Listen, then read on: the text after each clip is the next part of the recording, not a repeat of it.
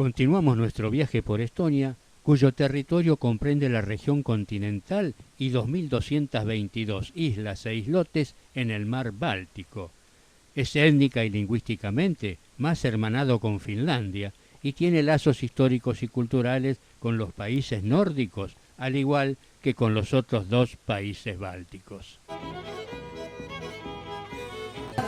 Aquí a partir de esta puerta ya estamos abajo, en la zona baja, en la ciudad asiática de Lumencia. Y continuamos recorriendo Tallin, que surgió como un puerto comercial en la ruta marítima que unía Europa Occidental con Rusia y que conoció su máximo apogeo como ciudad hanseática en la Edad Media.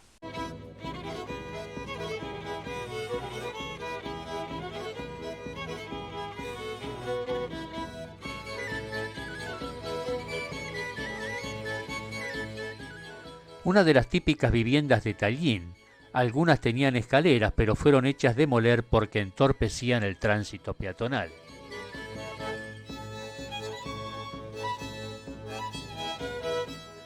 El edificio del Gran Gremio es gótico tardío, con nichos simétricos en el frontón, grandes ventanas y puerta de arco ojival. Se construyó en el 1410 y a él pertenecían los comerciantes ricos y casados y eran los únicos que podían ser elegidos concejales. Este es el escudo del Gran Gremio y también era del ayuntamiento. Sobre la entrada tenía un hermoso farol.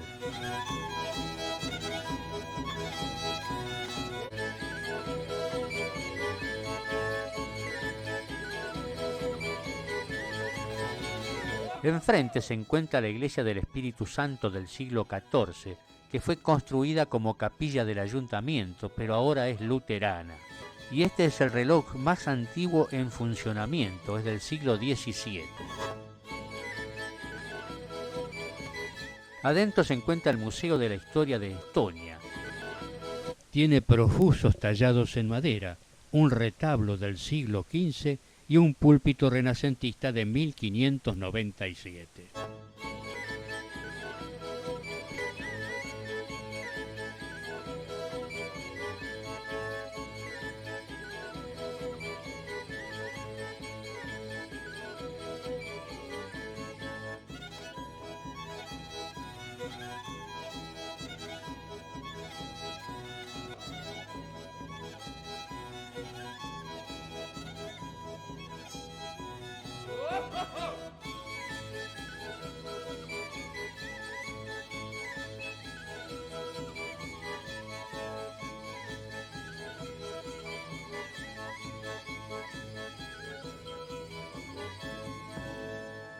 Y ahora estamos llegando a la plaza del ayuntamiento.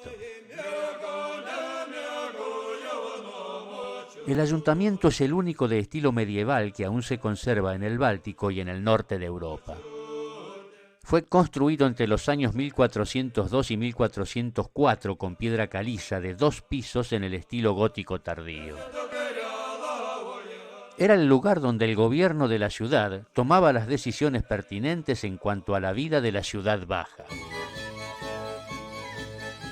Rematando la esbelta torre de 61 metros se encuentra desde 1530 una veleta de cobre que lleva el nombre de Viejo Tomás, que era guardián y símbolo de la ciudad. Un bombardeo en 1944 incendió la torre y el Viejo Tomás fue reemplazado y hoy se encuentra en la sala de los ciudadanos. Vemos un ciudadano disfrazado de verdugo. Era el que aplicaba los castigos en el poste de torturas que estaba en el centro de la plaza. En la fachada, 2 atractivas gárgolas de bronce con formas de dragón.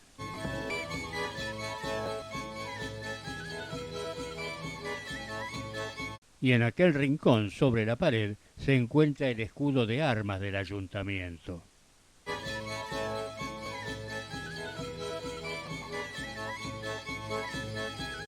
Vamos a ingresar por el sótano en el que junto a la planta baja se encontraban la tesorería, la bodega y la taberna.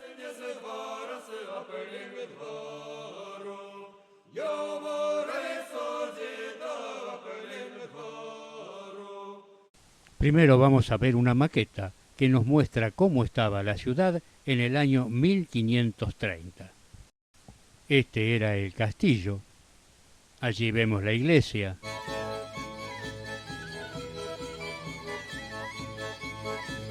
La muralla.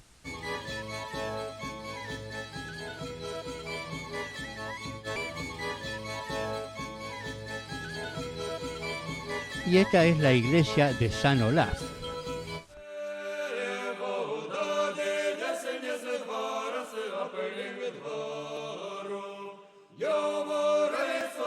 Vemos distintos tipos de personajes, sobre todo comerciantes ricos, con sus distintos trajes típicos.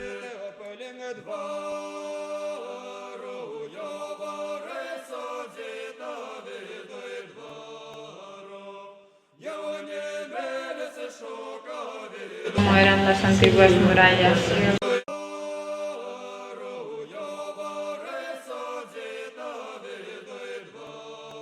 Esa puerta que ahora no se conserva es una parte de la ciudad antigua que se destruyó en el bombardeo del 44.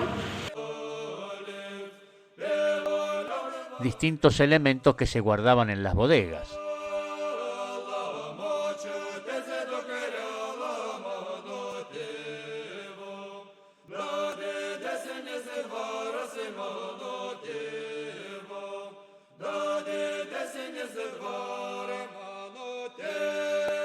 Y seguimos viendo distintos tipos de ciudadanos.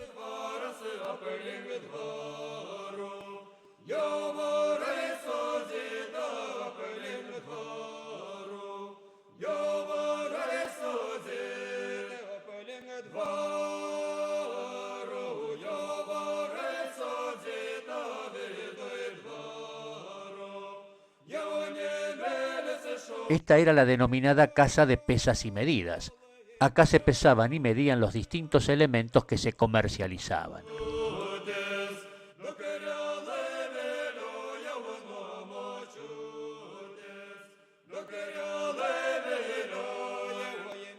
Y esta una típica casa medieval.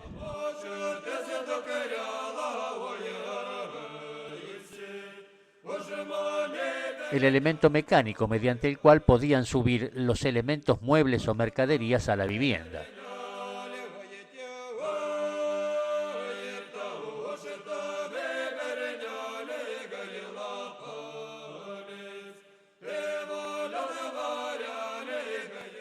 Ahora vamos a ir al primer piso, que era el principal, donde se encontraba la sala de los ciudadanos, la sala consistorial, una pequeña cocina y la contaduría.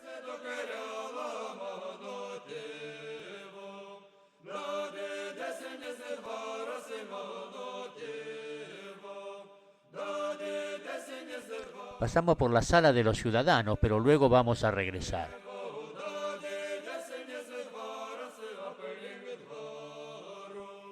En la sala consistorial se reunían los concejales que tomaban decisiones de la vida de la ciudad y debatían diferentes leyes. Cuando una ley era aprobada, se anunciaba al pueblo por las ventanas.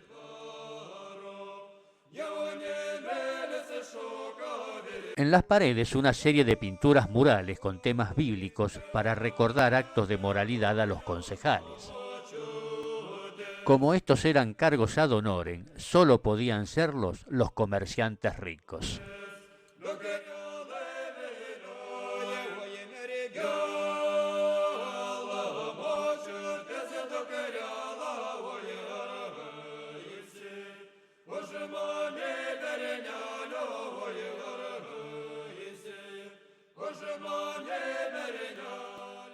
Aquí estaba la contaduría, existen diversos cuadros y también vemos el tesoro.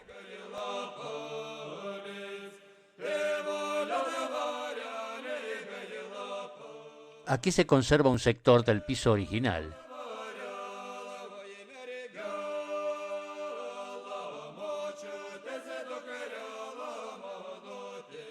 Y esta es la pequeña cocina del ayuntamiento.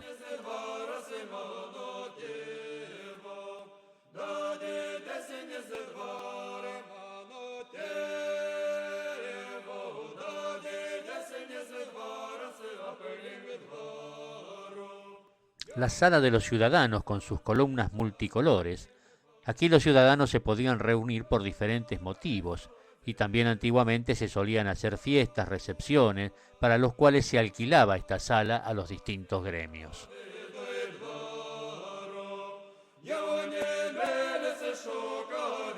Y aquí nuevamente el escudo del ayuntamiento que ya vimos en el edificio del Gran Gremio.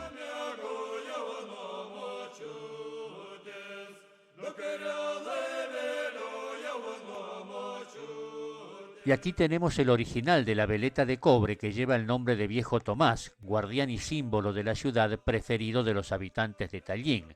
Estuvo en lo alto de la torre desde 1530. Aquí los restos de un pozo. Salimos del ayuntamiento y nos dirigimos hacia la farmacia municipal, que es una de las que por más tiempo ha funcionado en el local original en toda Europa. Se la menciona por primera vez en 1422, cuando ya la regenteaba el tercer boticario. En esa época la farmacia era propiedad del ayuntamiento, que la alquilaba y además de dinero exigía a cambio golosinas, vino y papel.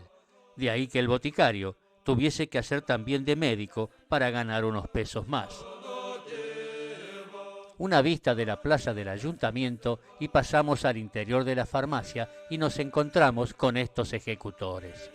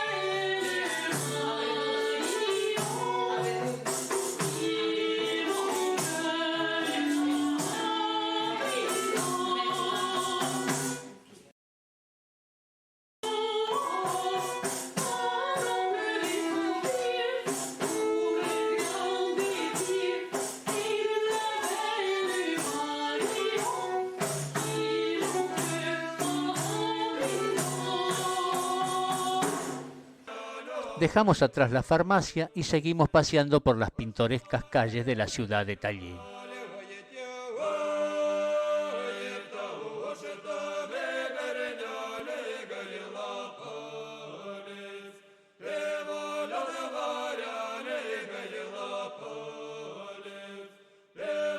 A nuestra derecha tenemos el convento de los dominicos y al fondo otra vez la catedral ortodoxa.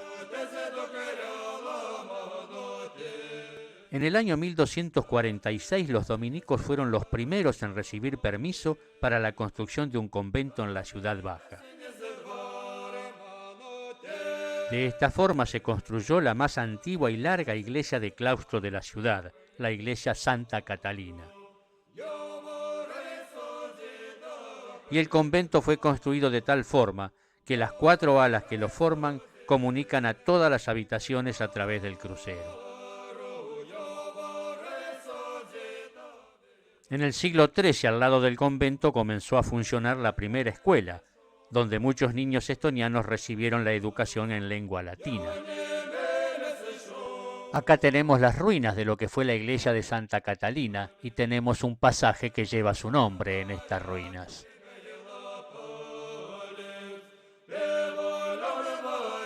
El pasaje no es más que una calle estrecha. Es conocido por sus talleres que crean artículos de ropa, orfebrería y piezas de vidrio en forma artesanal. Continuamos para dirigirnos hacia una zona artesanal, pegados a otra parte de las ruinas de la iglesia.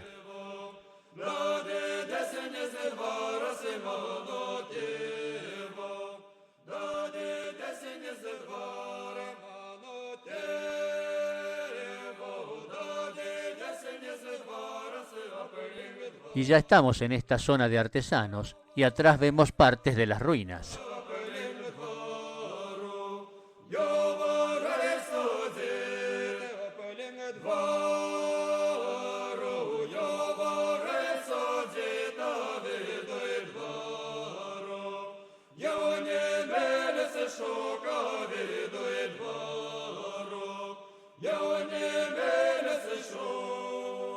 Esta calle es una de las más antiguas de la ciudad, ya que unía la ciudad baja con el puerto. A través de infinidad de callejuelas llegaba la mercancía desde el puerto hasta la plaza del ayuntamiento. Allí estaba la cámara de pesos y medidas, y desde allí salían las mercancías hacia el puerto, donde eran cargadas en los barcos. Y en esta calle se encuentra el restaurante más famoso de estilo medieval. Funciona en una típica vivienda de uno de los ricos comerciantes de la Edad Media. La calle Larga era el centro de la vida cultural de la ciudad, y en los tiempos en que aún existía el mercado en la plaza del ayuntamiento, era además una importante vía comercial. Estas son casas que pertenecían a los gremios de comerciantes y de artesanos. Su arquitectura es de estilo modernista.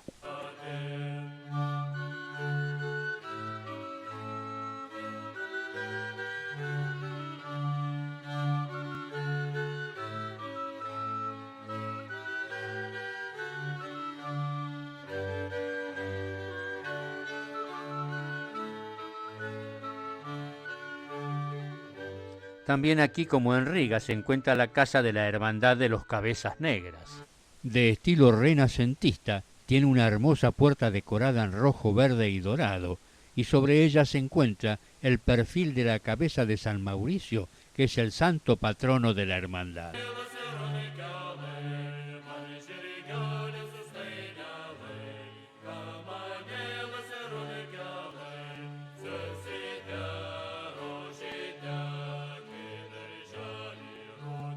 Y al fin llegamos a una típica taberna donde vamos a almorzar.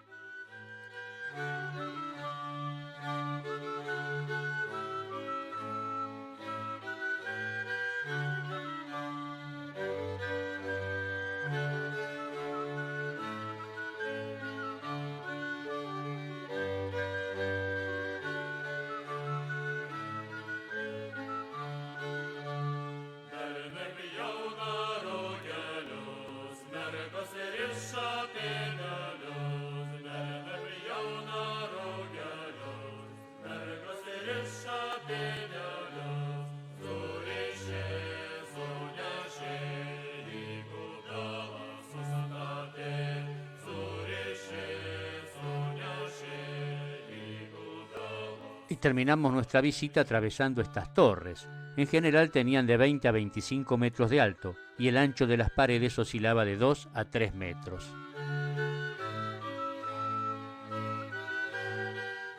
El comerciante Girard de Socantón trajo en el siglo XIX un soplo de su venerada Italia al corto estío estoniano, cuando construyó una villa de verano cerca del mar y le puso el nombre Rocca al Mare, derivando de aquí el nombre de toda esta zona. Aquí se estableció un museo etnológico donde tenemos construcciones rurales estonias desde el siglo XVII hasta mediados del XX.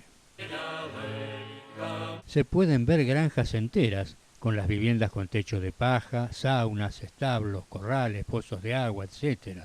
Y también podemos ver una escuela, molinos de viento y de agua, una tienda rural, una herrería y también capillas de madera, entre otros. Como tejas de madera, que normalmente cogían troncos de madera y en vez de cortarlos con hacha, con algo, partían para que no se rompiera la madera natural, claro, la estructura natural de madera, entonces duraban más. Ese tipo de tejado duraba hasta 60 años y aquel igual. Entonces hacían estos rollos y después ya se colocan uno encima del otro así, como está aquí. Ajá. Y se hace un tejado que el agua cae y no penetra. Con estos cubos muestran cómo se podían combinar los distintos tipos de vestimentas.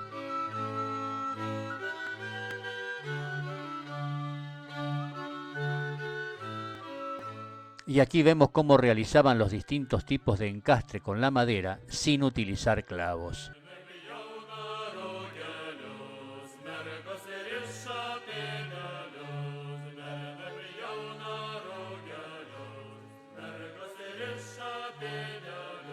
Este era el lugar de la cocina y el comedor.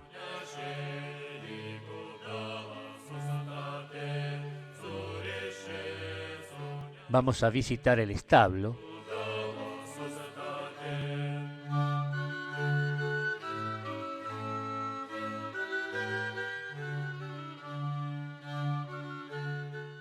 Tenían vacas,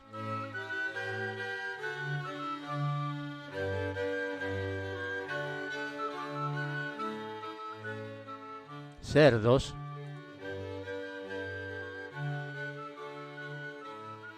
y ovejas. Y tenían también una quinta. Aquí podemos ver, por ejemplo, zapallos, y en este otro sector tenemos lino. Y aquí guardaban las herramientas y elementos de trabajo.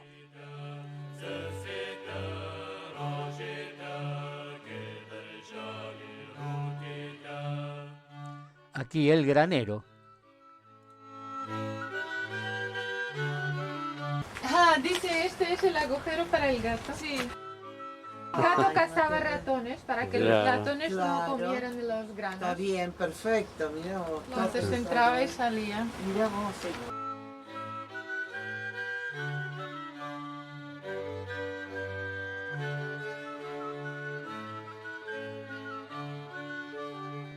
La bodega.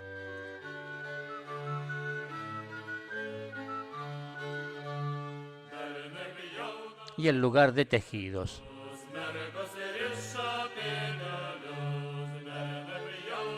Este museo etnográfico, que se abrió en 1964, ocupa 84 hectáreas. En el mismo se exponen 79 inmuebles traídos de toda Estonia, que muestran la vida rural de los estonianos y su historia. Los objetos arquitectónicos y una amplia colección de objetos personales dan una diáfana idea de la vida de los diferentes grupos sociales en el campo desde los siglos XVIII hasta el siglo XX. Para dar una idea más exacta, verídica de la vida en el campo, se exponen, entre otros, una taberna, una iglesia, una escuela, molinos, etc. Las construcciones típicas rurales en Estonia se hacían con madera de abeto o pino, algunas veces con piedra caliza. La mayoría de las edificaciones están hechas con troncos empalmados en cruz. Así se construyó durante un milenio hasta comienzos del siglo XX. Los techos se fabricaban de paja y junquillos. Solo en construcciones donde había peligro de fuego se hacían las losas de piedra caliza o de tabla. Las viviendas de techo alto constaban de 2 habitaciones, una que era alimentada por el calor de una estufa única, donde en otoño se secaban mieses y vivía toda la familia, y otra mayor, donde se trillaban los cereales y guardaban animales en invierno. A mitad del siglo XIX se llevó la calefacción a otras habitaciones y aparecieron pisos de tablones. En la segunda mitad del siglo XIX se comenzaron a construir nuevas casas donde exclusivamente se vivía y las tareas agrícolas fueron llevadas fuera de la casa. Antes de la Segunda Guerra Mundial se puso de moda adornar las casas de campo, forrarlas con tablas y pintarlas. Aún hoy en día se pueden ver estas antiguas casas de campo, formando parte indisoluble del paisaje rural.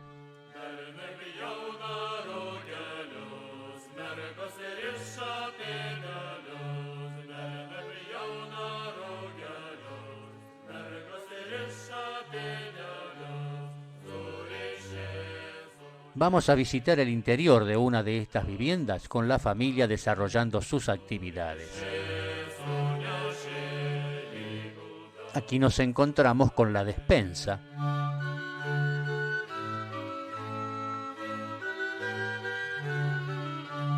Y al lado de la despensa se encuentra la cocina. El pan negro, eso de centeno. De centeno. Sí. Ahí se hace la masa y se está fermentando y varios días. Es el pan y se mete en el horno. Y distintos tipos de habitaciones.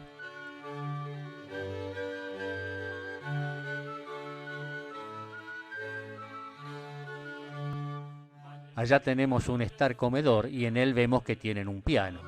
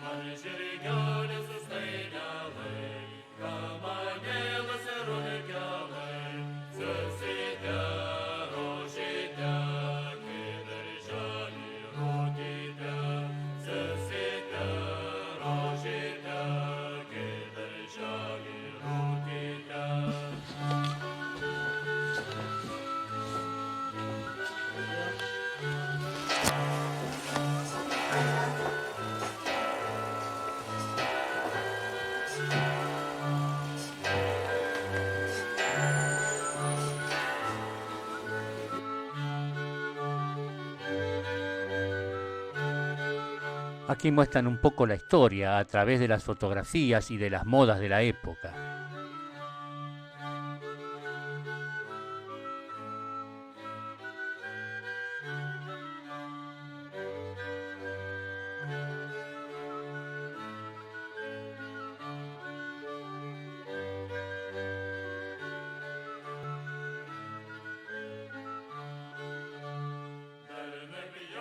Como dijimos, también tienen un molino. Y nos dirigimos ahora hacia una taberna.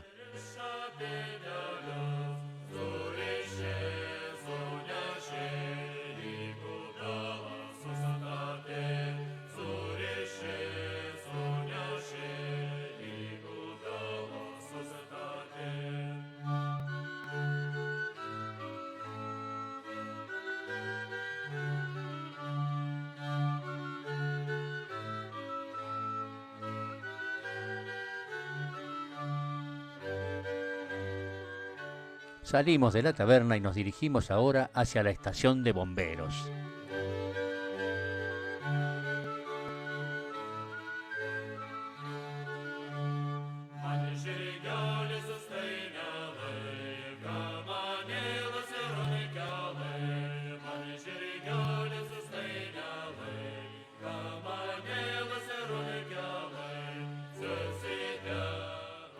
Y por último vamos a visitar la escuela.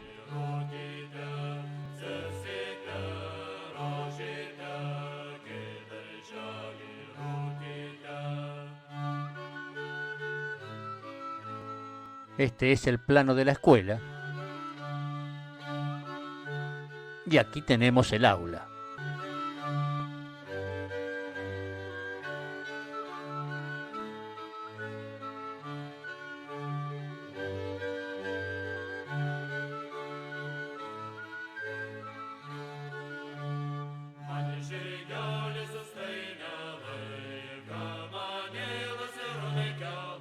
En esta pieza se guardaban los elementos de limpieza y también era el guardarropas.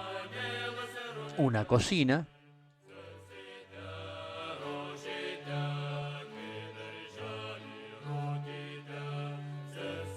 Y la sala de profesores.